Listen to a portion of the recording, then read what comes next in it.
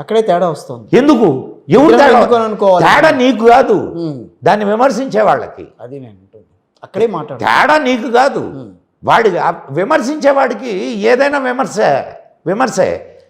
ఇప్పుడు ఇంతమంది నమ్మకాన్ని కాదనడం అనేది అది నీకు సరే సార్. ఎవరు? తిరుమల క్షేత్రం కూడా అట్లాగే కనిపిస్తుంది.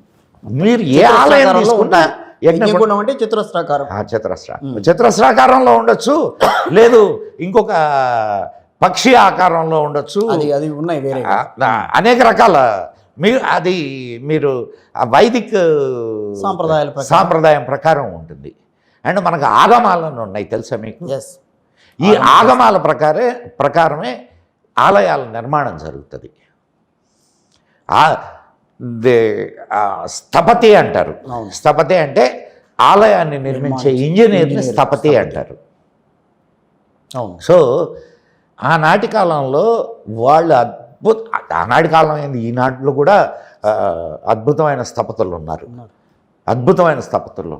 అయితే ఆనాడు రాజులు వాళ్ళని పోషించారు కాబట్టి వాళ్ళు అద్భుతాలు సృష్టించగలిగారు. ఈ రోజులు ఎవరు పోషిస్తారు? అండ్ అంతంత అద్భుతమైన కట్టడాలని ఎక్కడ వాళ్ళు నిర్మించగలరు? సో ఆ కాస్మిక్ ఎనర్జీని మీరు తీసుకునేదానికే ఈ అత్యంత ఉన్నతమైనటువంటి కట్టడాలు, అండ్ ఆ ఎనర్జీని ఫోకస్ చేయడానికి ధ్వజస్తంభం. తీసుకున్నటువంటి ఎనర్జీని ఫోకస్ చేయడానికి ధ్వజస్తంభం ఎక్కడికి ఫోకస్ చేస్తుంది? ధ్వజస్తంభం ఎక్కడుంటుంది? మధ్యలో ఉంటుంది. దేవుడికి ఆలయ గోపురానికి మధ్యలో. ఎటువైపు తిరిగి ఉంటుంది? నాకు తెలియదు. స్వామి వైపు తిరిగి ఉంటుంది. మీరు విగ్రహాన్ని స్థాపన చేసేటప్పుడు ఏం చేస్తారు? ఒక ప్రక్రియ ఉంది, దాన్ని ప్రాణప్రతిష్ఠ అంటారు. ప్రాణప్రతిష్ఠ చేసిన తర్వాత దానికి ప్రోక్షణ చేస్తారు. ఆ తర్వాత అన్నీ అయిన తర్వాత దానికి అంతేకాకుండా దాని క్రింద అనేకమైనటువంటి మూలకాలని పెడతారు, వజ్రాలని పెడతారు, అండ్ ఈ బంగారు పలకల్ని పెడతారు, రాగి పలకల్ని, యంత్రాలని పెడతారు. ఇవన్నీ ఏమిటాయనంటే ఆ కాస్మిక్ ఎనర్జీని గ్రహించేటటువంటి సాధనాలు. అన్ని ఆలయాలకి అట్లాగే పెడతారు. అన్ని ఆలయాలకి. అయితే కొన్ని ఆలయాలకి మాత్రం పెద్ద ఆలయాల్లో ఆ కాస్మిక్ అంటే వీటిల్ని చాలా పెద్ద ఎత్తున పెడతారు. చిన్న ఆలయాల్లో మీరు చాలా చిన్న గుడిని మీరు నిర్మాణం చేశారనుకోండి, ప్రాణప్రతిష్ఠ చేయాలా అని అంటే కనీసం కొన్ని మెటల్స్ని కింద పెట్టడం అనేది ఉంటుంది, పెడతారు. తిరుమల కొండ మీద కూడా తిరుమల స్వామివారికి కూడా అట్లాగే చేశారో లేదో నాకెట్లా తెలుస్తుంది?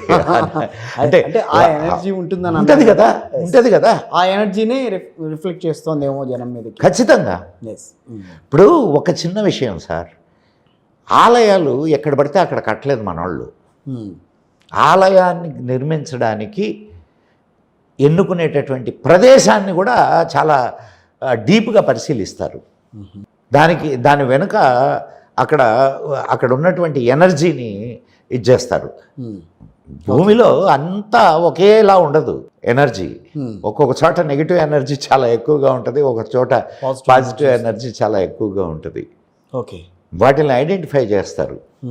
ఐడెంటిఫై చేసి మీరు అక్కడ దాకా ఎందుకు సార్, ఇంతకుముందు ఇల్లు కట్టుకోవాలా అని అంటే ఇప్పుడు తీసేసేయండి. ఇప్పుడు ముందు ఒక అడుగు గుంట తవ్వుతారు. అడుగు వెడల్పు, అడుగు లోతు, అడుగు పొడుగు, క్యూబ్ గుంట తవ్వినటువంటి మట్టిని పక్కన పోస్తారు. పోసి మళ్ళా గుంటను పూర్తి చేస్తారు. ఆ మట్టితోనే, తీసిన మట్టితో పూర్తి చేస్తారు. ఎందుకు చెప్తా మీకు. ఆ మట్టి గుంట కంటే పెద్దది వచ్చింది అంటే గుంటని పూడ్చడానికి పెట్టారు కదా, ఆ మట్టి గుంట కంటే ఎక్కువ ఉంటే గనక అక్కడ ఇల్లు కడతారు. దానికి ఏంటి అక్కడ? దానికంటే లోపలికి పోతే అక్కడ కట్టడానికి వీల్లేదు. అంటే సాయిల్, మట్టి సాయిల్ లోపలికి వెళ్ళిపోతూ ఉంటుందన్నమాట. లోపలికి వెళ్ళిపోతూ ఉంటే అక్కడ నీ ఇల్లు కట్టినా కూడా కిందకి దిగిపోతుందని. ఇల్లు కట్టడానికి అసలు అదొకటే కాదు. హ్యూమన్ ఈజ్ ఆల్సో ఎనర్జీ కదా. అక్కడ నీ ఎనర్జీని కూడా లాక్కుంటూ ఉంటుంది. ఓహో, అంతే కదా మరి. అలాంటి ప్లేస్లో ఇల్లు కట్టడం అంటే మాటలు కాదు కదా. కిందకి వెళ్ళిపోతుంది. నివసించేవాడికి కూడా అనేక రకాలైన ఇబ్బందులు వస్తాయి అక్కడ. ఓకే. సో ఆ శాస్త్రం ఇప్పటికీ ఇంకా వాడుతున్నారా? వాస్తుశాస్త్రం అంతా అదే కదా సార్, వాస్తుశాస్త్రం అదే చెప్తుంది. అయితే ఇప్పుడు వాడుతున్నారా లేదా అని అంటే నేను ఆధునికమైనటువంటి దాని గురించి నేను మీకు ఎక్కువ మాట్లాడలేను. సరే. అంటే ఎందుకనంటే నాకు తెలియదు కాబట్టి. ఓకే. దాంట్లో అలాగే చూస్తున్నారా ఇప్పుడు ఇంజనీర్లు అయ్యే చేస్తున్నారా అని అంటే నేను I'm not aware of that. సరే, గుళ్ళ దగ్గరికి వచ్చాం కాబట్టి క్వశ్చన్, రాతి విగ్రహాల కొలవటం ఏంటి? హిందుత్వానికి రాతి విగ్రహాలకి ఉన్న సంబంధం ఏంటి? చాలా చాలా చాలా కొంతమంది నా మీద కత్తులు తీసుకొని వస్తారు దీనికి సమాధానం చెప్తే. అవునా? మీరు మన ఆధ్యాత్మిక విధానం ఏంది చెప్పండి? ఆధ్యాత్మికంగా మనం ఏం చెప్తాం? ఆత్మవత్ సర్వభూతాని. అండ్ ఈ సర్వము వ్యాపించి ఉన్నది ఈ ఆత్మే.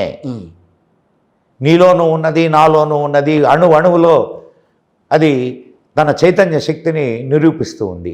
అణువులో ఉన్నటువంటి ఆ చైతన్య శక్తి కొండలో లేదా, బండలో లేదా? ఉందా లేదా? ఉంది. మరి ఆ బండని నువ్వు నీకు అనుగుణమైనటువంటి, నీకు ఆరాధనీయమైనటువంటి, నీ కంటికి అందంగా కనిపించేటటువంటి ఒక రూపంగా మలుచుకొని నువ్వు కొలుచుకుంటే దాంట్లో తప్పేంది? దానికి ఆలయమే కట్టక్కర్లేదుగా. మీకు భారతదేశంలో ఆలయాలు లేని ఆలయాలు చాలా ఉన్నాయి తెలుసా మీకు? తెలియదు. ఒకసారి అడవులకు పోండి. ట్రైబల్స్ ఒక ఇటుక రాయిని తీసుకొని దానికి బొట్లు పెట్టి దాన్ని ఒక దేవతగా కొలుస్తారు. ఇంకొన్ని చోట్లకు పోండి, చెట్టుని దేవతగా కొలిసిన ఇంకొన్ని చోట్లకు పోండి, అవన్నీ దేవాలయాలు కాదా? మనిషే ఒక దేవాలయం అని అన్నారుగా సార్. నువ్వు దర్శించగలిగితే ఆ విరాట్ పురుషుణ్ణి, ఆ సర్వం వ్యాపించి ఉన్నటువంటి వాడిని అన్నిట్లో చూడగలవు. అన్నిట్లో చూడగలిగినటువంటి ఆ స్వామిని ఈ విగ్రహంలో చూడలేవా? విమర్శించే హక్కు ఎక్కడుంది మీకు? అసలు దేవుడే లేడు అన్నప్పుడు దీంట్లో దేవుడు లేడు అనడానికి వాళ్ళకి ఇది ఎక్కడుంది? హిందుత్వంలో కనిపించేది ఇది, ఈ రాతి విగ్రహాలైనా ఇంకేం కనిపించవా అని అడుగుతున్నారు. ఎందుకు లేవు? అవి కూడా కనిపిస్తున్నాయి మాకు. వాటితో పాటు దేవుడు కూడా కనిపిస్తున్నాడు.